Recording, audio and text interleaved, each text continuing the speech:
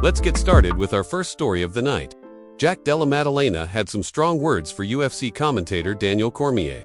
That's right, Jack wasn't impressed with DC's commentary during the fights, and made sure the entire MMA community knew it. Taking to his Instagram story, Jack first criticized the broadcaster itself, writing, "Every Sunday, it takes me 25 minutes to order pay-per-view on KAO Sports. You suck, KO." Those were some harsh words, especially for fans in Australia who share the same frustrations with the service, but Jack didn't stop there. He doubled down with a statement that immediately went viral. The only way KO can redeem themselves. DC mute button.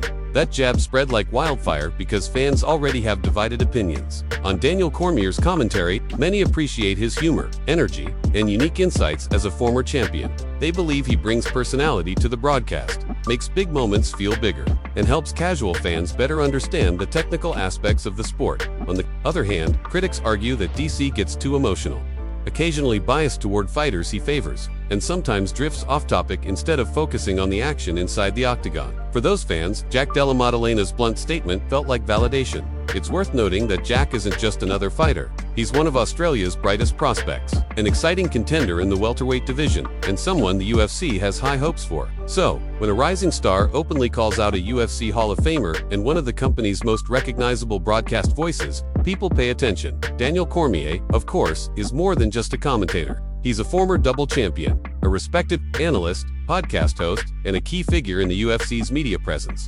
That's why Jack's mute button comment was both savage and hilarious. This isn't the first time DC's commentary has come under scrutiny. Fighters like Dominic Cruz and Tony Ferguson have also taken shots at how he calls fights. Each time, the debate reignites across social media about what makes a great commentator and whether being a former fighter necessarily translates into being an elite analyst, but that's MMA for you. Controversy never sleeps. Love him or hate him, DC remains one of the most influential voices in the sport, and Jack Della Maddalena's bold Instagram story just poured fuel on a debate that won't be ending anytime soon. Before moving on to the next story, we'd like to make a quick request. If you're enjoying the content, please take a moment to leave a like on this video, subscribe to the channel, and hit the bell icon so you never miss an update. Moving on to our second story of the night, Lerone Murphy just shocked the MMA world with a spectacular first-round knockout victory over Aaron Pico. And it wasn't just any knockout, it was another spinning elbow finish. That makes back spinning elbow knockouts in the UFC, marking the first time in history that's ever happened. Murphy didn't just walk away with his hand raised, he also earned a performance bonus, joining Carlos Prates in being recognized for high finishes on the card. As expected, the MMA community exploded with reactions. Alexander Volkanovski congratulated Murphy and teased a possible matchup, saying, "See you in December, Lerone Murphy. Congrats." Max Holloway kept it light, posting the famous "another one" gif with the word spinning. Michael Johnson reacted simply, "Wow, two of them." Jared Gordon chimed in with Jeezy. Josh Emmett posted the eyes emoji, while Paulo Costa admitted he was glad he bet on Murphy. Adrian Yanez said, "Oh my goodness, that was clean." Derek Brunson added, "Wow, UFC is the standard. The curse continues." Even Ariel Helwani jumped into matchmaking immediately, suggesting Volkanovski versus Murphy should be next. He also pointed out an interesting trend, that the three biggest names to come over from Bellator and PFL this year have all lost their UFC debuts. Michael Chiesa praised Murphy, writing, "Give that man a title fight." The UFC itself reposted the knockout highlight. Tim Welch noted that Pico looked sharp until the moment the finish landed. Bilal Muhammad joked that Murphy had copied Prates' homework. Before the fight, Anthony Pettis had confidently predicted that Aaron Pico would break the so-called Bellator curse. But afterward, even Pettis admitted, the UFC is greater than any organization in the world. Paul Felder didn't hold back either, writing Lerone Murphy, "Wow, title next." That post was also amplified by the UFC. Dan Hardy added his respect, calling it an incredible knockout. After the fight, Murphy reflected on the moment in his post-fight interview. He said, "I'm just happy to get a knockout. I've been working hard, and I took this fight on 3 weeks' notice. It was a big risk, a big risk, but I got the reward out of it. I just had to believe in my skill set and trust that I was good enough to do it. Don't get me wrong, Aaron was tough. I needed something big like that to put him away." Murphy admitted he knew Pico would start aggressively, but was impressed by how sharp he looked. "That's where experience kicks in. I've been in there with the best of the best, and I know those early rounds can be difficult. You just need the mental toughness to survive, then start imposing your own game." As for what's next, Murphy kept it clear. "December sounds good to me. It gives me time to improve, get better, and fight the champ." That knockout was crazy. People want to see moments like that, they don't just want decisions. I get it. So yeah, it's my time. The highly anticipated clash between Khamzat Chimaev and Dricus Du Plessis finally took place, and the action was intense from the opening seconds. Within the first 5 seconds of round 1, Khamzat shot in for a lightning-fast takedown immediately, driving Du Plessis to the canvas and setting the tone for what became a one-sided start. Most of the round was spent on the ground, with Khamzat advancing positions, applying relentless pressure, and leaving Du Plessis struggling to mount any meaningful offense. It was a dominant opening frame that showcased Khamzat's grappling clinic. Round 2 unfolded in similar fashion. Khamzat once again secured an early takedown, smothering Du Plessis and dragging him back down each time he tried to create distance. The control was suffocating, and it became clear that Du Plessis needed major adjustments or risked being completely shut out. By the end of the round, Khamzat was firmly in command, landing ground and pound while forcing Du Plessis to fight just to survive. As the fight moved into round 3, the narrative only grew clearer. Khamzat repeatedly trapped Du Plessis in a crucifix position, leaving him defenseless against strikes. The referee stayed close, ready to intervene, but Du Plessis did just enough to keep the bout alive. Still, there was no doubt who was in control. Round 4 mirrored the earlier rounds, another takedown, another display of suffocating top control, and another round where Du Plessis looked completely outmatched. The commentators highlighted Khamzat's relentless pace and raw strength, calling him unstoppable as Du Plessis breathed heavily, visibly frustrated, and unable to keep the fight standing where he might have had his best chance. Then came round 5, and for the first time, the crowd got a glimmer of hope for Du Plessis. With just under 30 seconds left, he locked in what appeared to be a dangerous submission attempt. The arena erupted as he squeezed with everything he had, threatening to pull off one of the greatest comebacks in UFC history. For a moment, it looked as if Khamzat might be in real danger, but displaying composure and championship-level toughness, Khamzat defended smartly, stayed calm, and escaped just before the final buzzer. When the scorecards were read, there was no doubt about the outcome. Khamzat Chimaev earned a dominant unanimous decision victory, with his overwhelming control across 4 rounds overshadowing Du Plessis's late submission scare. This performance once again reminded fans why Khamzat is considered one of the most dangerous fighters in the division. Du Plessis showed tremendous heart and grit, but from start to finish, he was simply outclassed. Strickland wasted no time reacting to the fight, jumping straight onto social media with bold claims. He wrote, "I'm probably the only one in the UFC who can outgrapple that little guy for 5 rounds. Looks like I need to stack some wins to fight him." As always, Strickland didn't hold back, and his comments instantly sparked debate across the MMA community. One fan quickly fired back, calling him delusional. But Sean, true to form, doubled down, responding, "You understand that I've done it on many occasions, every occasion." That response only fueled the fire. Former fighter Mayhem Miller joined the conversation, saying it would be a good matchup. Strickland replied confidently, "Yeah man, I promise you I out him in 5 rounds any day of the week." For Strickland, this wasn't just trash talk, it was his reality.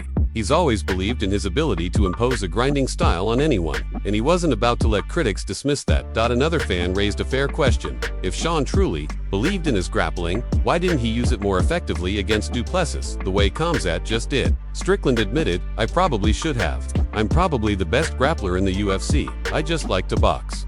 I even smoked RDR in grappling when he came to the gym." That statement raised eyebrows.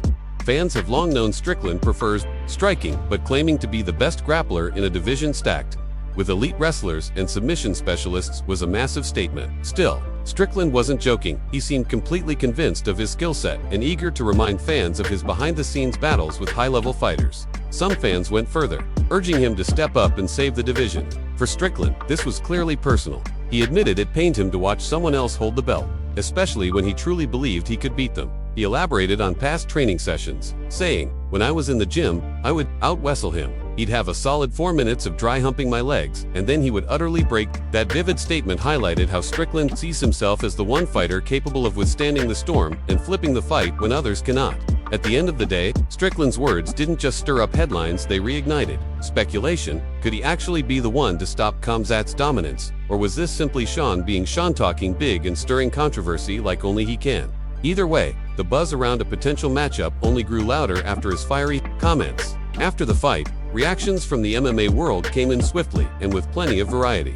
One fighter admitted bluntly, "I hate to say it," adding to shrug emojis to show his reluctance in admitting how one-sided the contest had been. It was clear he didn't want to acknowledge just how dominant the performance was, but he had no choice. Chimaev added a touch of mystery with a cryptic post, "I have the answer. He didn't elaborate, leaving fans to speculate if he was hinting at being the one to stop Chimaev in the future. Bilal Muhammad, however, took a far more humorous route. He wrote, "Shout out to Dricus. You showed a lot of heart and you never gave up. Just kidding, you suck." That was 5-108. He followed it up with another jab, saying, "Told you it would be easy." Bilal has never been one to hold back, and this was another example of his sharp-tongued style. Then came Conor McGregor's reaction, which caught many off guard. He congratulated Chimaev with the message, "China's first UFC champion.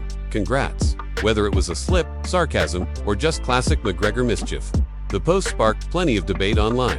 Rising contender Bo Nickel admitted that watching the performance lit a fire under him, stating, "I really got to lock in." As a dominant wrestler himself, his comment showed how seriously Chimaev's display was being taken by other elite grapplers. Michael Bisping kept it simple. "Wow, total domination." Meanwhile, Jack Hermanson offered a more analytical breakdown, suggesting that Renier de Ridder might actually be Chimaev's toughest stylistic matchup. "You need jiu-jitsu if you want any chance." His take reflected a growing consensus that wrestling alone may not be enough to solve Chimaev's relentless pressure. MMA journalist Ariel Helwani summed it up in polished fashion. Fight concludes, Chimaev, 5-0. Total dominance. But credit to Dricus, who never quit and had some hope in the fifth. The Chimaev era has officially begun. His words captured both the respect for Dricus' toughness and the recognition of Chimaev's historic breakthrough. Dominic Cruz added his perspective, noting, "Same pace, same pressure, same style, completely effective." Renowned coach Firas Zahabi went even further, calling it incredible and predicting Chimaev will be one of the most dominant champions ever. Not everyone was impressed, though. Paulo Costa dismissed the fight, posting, "No one wants to watch this," people booing in the arena and at the bar. Derek Brunson chimed in with humor, joking that former UFC matchmaker Joe Silva would have cut Chimaev simply for being a wrestler. Henry Cejudo struck a more balanced tone, praising Dricus' toughness but concluding Chimaev is on another level right now. He may be champion for years to come. Finally, the man of the moment spoke for himself.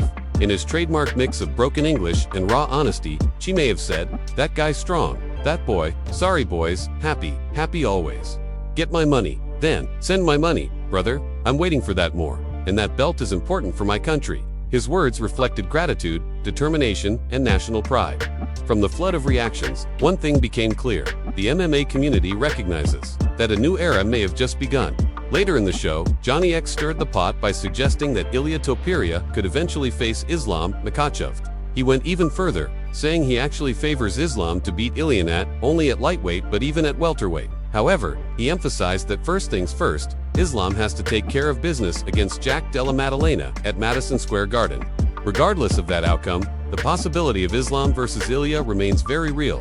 If Islam loses, a drop back down in weight could set up the fight. If he wins, chasing a legacy matchup with Ilia still makes perfect sense. But here's where things get even more interesting. Ilia's former training partner, Khamzat Chimaev, has a very different perspective. He believes Ilia should fight Arman Tsarukyan instead, calling them the two best lightweights who need to settle it inside the cage. Arman isn't holding back either. He insists he's the more complete fighter, dismissing Ilia's wrestling entirely and claiming Ilia only relies on boxing, while he brings a full arsenal of kicks, knees, elbows, wrestling, and grappling. Arman even went as far as to say he's the better striker overall and can beat Ilia no matter where the fight goes. So now, with analysts planting seeds for Ilia versus Islam, Khamzat pushing for Ilia versus Arman, and both fighters exchanging words, the lightweight division feels ready to explode, regardless of which path the UFC chooses.